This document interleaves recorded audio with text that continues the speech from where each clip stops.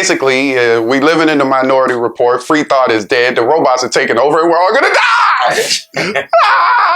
They're all dead. Right? They're dead. God damn you.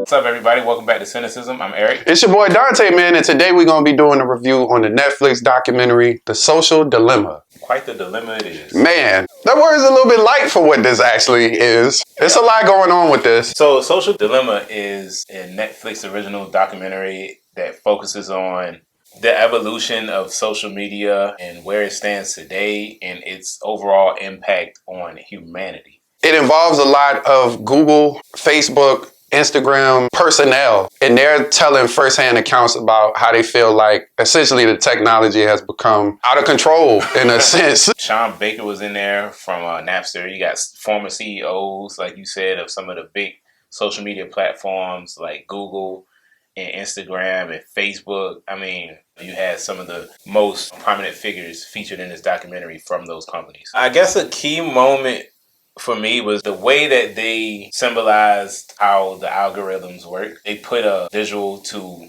basically the process, how they go about appealing to a person's wants, desires, or mental needs. Yeah, so while the documentary is going on, simultaneously, they actually have paid actors and actresses that are essentially telling a story about a young man and a family. Majority of the younger kids are having their bouts with social media. They have a representation of what the algorithms seemingly do on a day-to-day basis to keep your attention into these apps. If you didn't understand quite what the representatives and the higher-ups were saying about the algorithms in the process, that kind of made it a little bit more real to you. This documentary had a lot to say in terms of just the usage of social media, of course, and how it's taken over in a way that's not necessarily healthy. I thought it was really interesting, the aspect that they mentioned about the psychology piece, because when you think about marketing teams, and a lot of these people get paid a lot of money to seemingly know what you're thinking or to know what appeals to consumers. It just feels like they're trying to tap into a certain part of the brain to get you to buy something. The way that they describe this method of marketing, it very much was manipulation involved. They're using real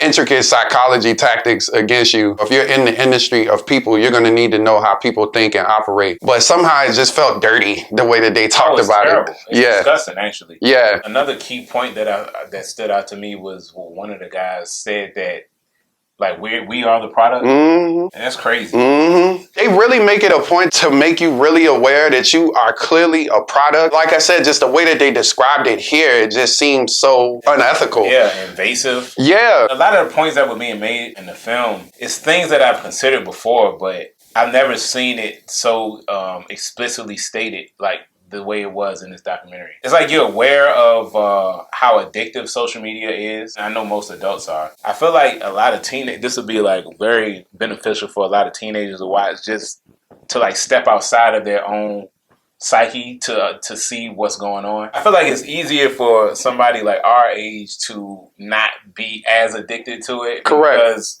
we came up in a time where we didn't even have cell phones. We remember a time without it. Even when we got the first, not the first cell phone. Cell phones been around since like, the 70s, Yeah. 80s. But our incarnation of the cell phones, when they came around, I mean, even then the features were so limited. It's Yeah. like it wasn't anything that would keep you occupied Not at all all. day. Not at all. On that little device. Right. With the young people aspect, it really made me think about them because they show a little girl in there when they're telling the story about this family. And she's completely addicted to social media and it's really destroying her self-image. And the way she engages with it is really unhealthy. And it really made me think, man, when we was in school, smartphones wasn't a thing.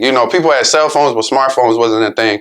When you think about the scrutiny that most kids are under at that age period, like everybody wants to look a certain way, want to be perceived a certain way. It's like multiplied times 10, man, because you can't, the thing is, things such as getting teased and stuff like that, you felt that, but you always felt the relief when you left school because it was like, all right, it's over. It was very local. Correct. You know what I mean? But to think that even now, leaving school, you still would feel those feelings because you could go on Instagram, Facebook, whatever, and still be under that same scrutiny, or somebody be teasing you. You know, you got cyberbullying, which in a lot of ways is worse because that person has invaded your personal space. You at home in the comfort of your bed somewhere, and you still getting teased or still feeling that pressure. So they were talking about the rise in anxiety for kids, how kids take less risks and things like that. It's like, yeah, if you constantly feel like you under a microscope, why would you want to take chances or step outside the box? You just really want to conform and be like everybody else because that's the only way that you don't get made fun of. I know a lot of people like make jokes about the younger generation, how soft they are nowadays, but I mean, it's a lot of things you have to take into consideration. It's just a very different world than what we used to live in. Yeah. Even the way people make friends nowadays is just like very impersonal. Just getting to know somebody, man. It takes so much more effort, I feel, to really get to like really know somebody. I agree. One of the key things one of the representatives said was that these companies, because they're making money off of ads, they're pretty much selling you to advertisers. The same way you would invest in a stock, they're investing in future stocks of people. You know, you don't invest in a stock based off of its value today. You invest in a stock based off its value in the future, what you estimate it will be worth in the future. And that's essentially what they're doing for us. Like, they'll sell you at a price to these companies based off of your likes and your interests. And then they're hoping that they make a lot more money off you in the future because they'll keep pumping you with ads and things like that. I know it's happening. Hell yeah.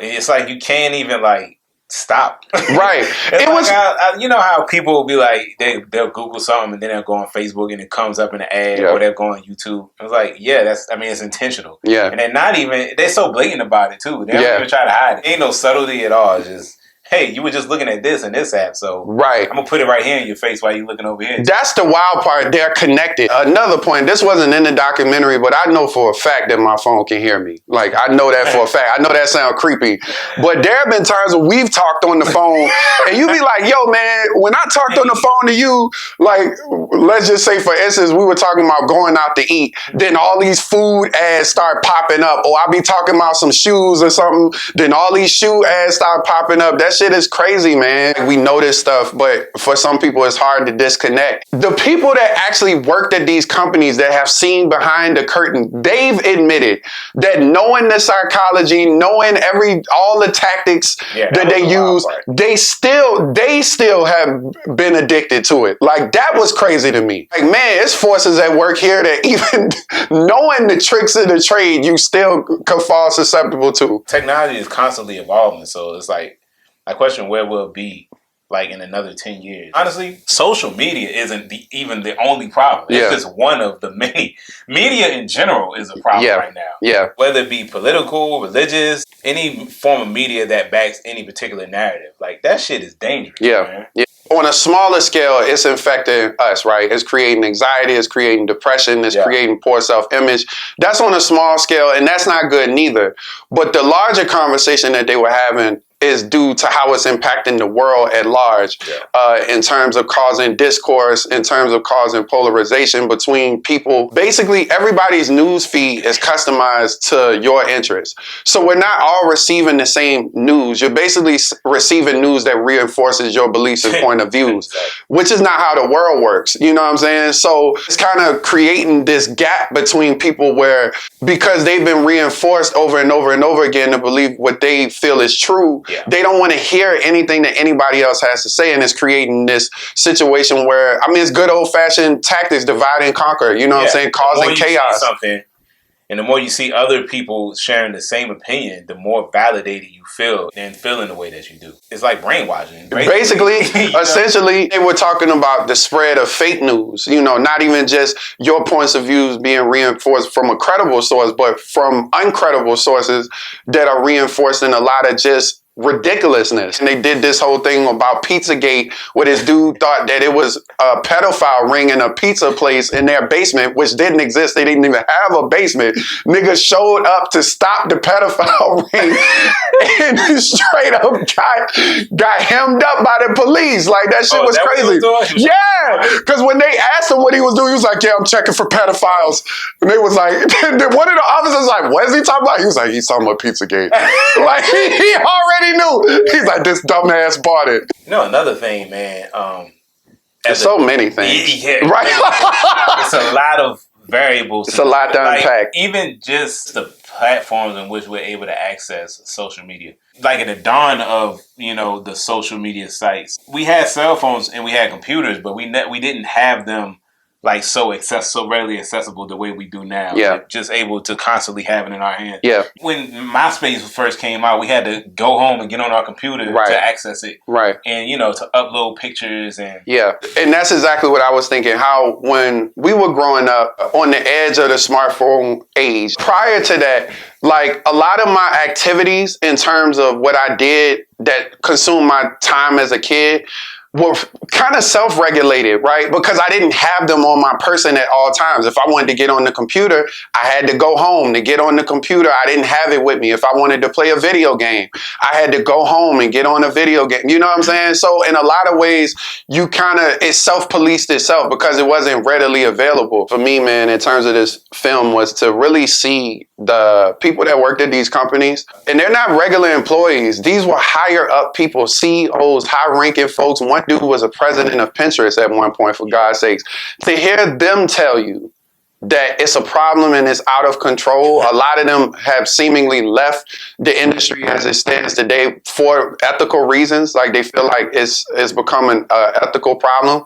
And I know that there's been a lot of recent conversations about putting regulations on social media, and the fact that it's not heavily regulated is surprising to me. It's like, man, for such a prominent technology that everybody uses, you telling me there's no restrictions or anything? Too many people too much money. That's true. The financial aspect, people, it's making so much money. Why would anybody stop? These people have shareholders to protect. These are billion-dollar companies, and their business models are not to decrease revenue or decrease users. They want to increase users, increase engagement. And like they said, the technology is not going to get worse. It's going to get better. The only real thing that you can do is create regulations and things like that. So these companies don't... That's what I'm saying. Nigga gonna shoot you with Facebook.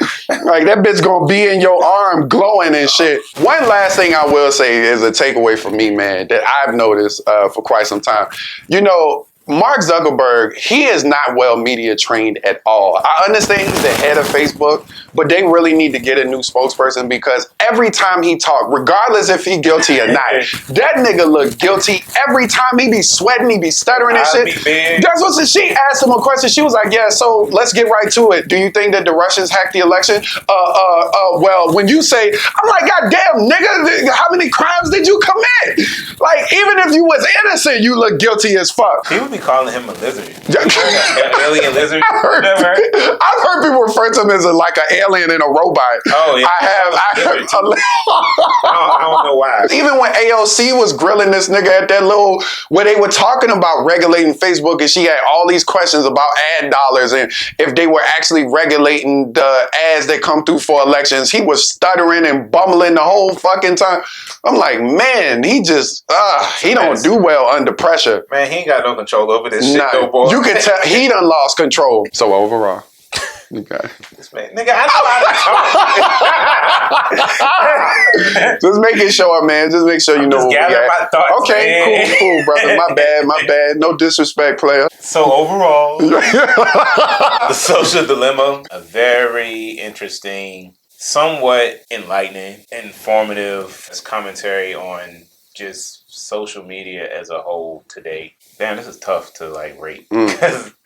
Or do you want to just say, check it out? Do you want to just give it a check out or not check out? Is it worth checking out? We don't necessarily have to do a number. Rate. It's it's informative, but I don't feel good about it.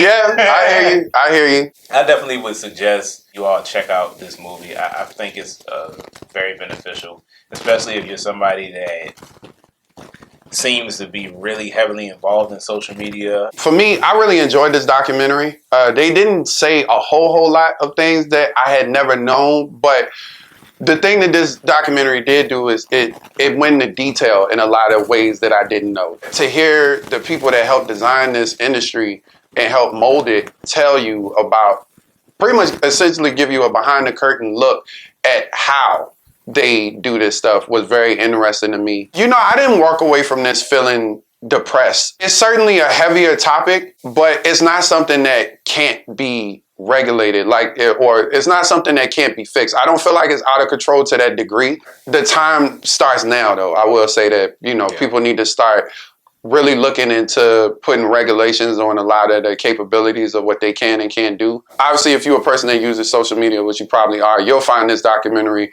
informative. I don't know if you'll find it enjoyable, but you'll definitely find it interesting. That was our review of the Netflix original documentary, The Social Dilemma. It's an interesting watch.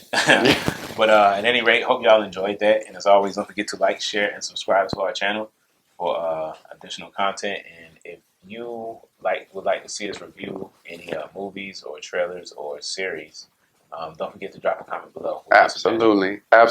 And if you guys have seen the Social Dilemma documentary, what did you think about it? We would very much like to hear your thoughts on it. We appreciate y'all, man. Yeah, thank y'all. Peace. Peace.